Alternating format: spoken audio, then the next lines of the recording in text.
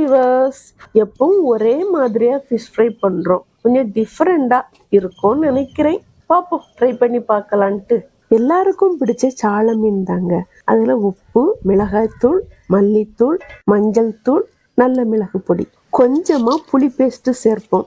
அதுக்கு பதிலா பாதி தக்காளியோட ஜூஸ் தான் எடுத்திருக்கிறேங்க. அவ்வளவுதான் இந்த ஃபிஷ் ஃப்ரையோட டிஃப்ரெண்ட். மசாலாவை நல்லா மீனோட மேரினேட் பண்ணிட்டு ஒரு 1/4 மணிக்கு ரெஸ்ட்ல விட்டுறணும். இப்போ தவாவில் ஃபிஷ் ஃப்ரை பண்ணுறதுக்கு கோகனட் ஆயில் விட்டு 2 இனுக்கு கருவேப்பிலையை போட்டு கருவேப்பிலை நல்லா பொரிஞ்ச பிறகு நல்ல மசாலா தடவி ரெஸ்ட்ல இருங்கன்னு சொல்லி விட்டுருக்கவங்கள சும்மா இருக்க விடலாமா?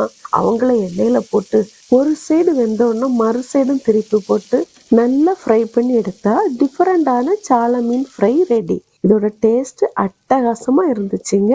நீங்களும் ஒருக்கா ட்ரை பண்ணி பாருங்க. வரட்டா.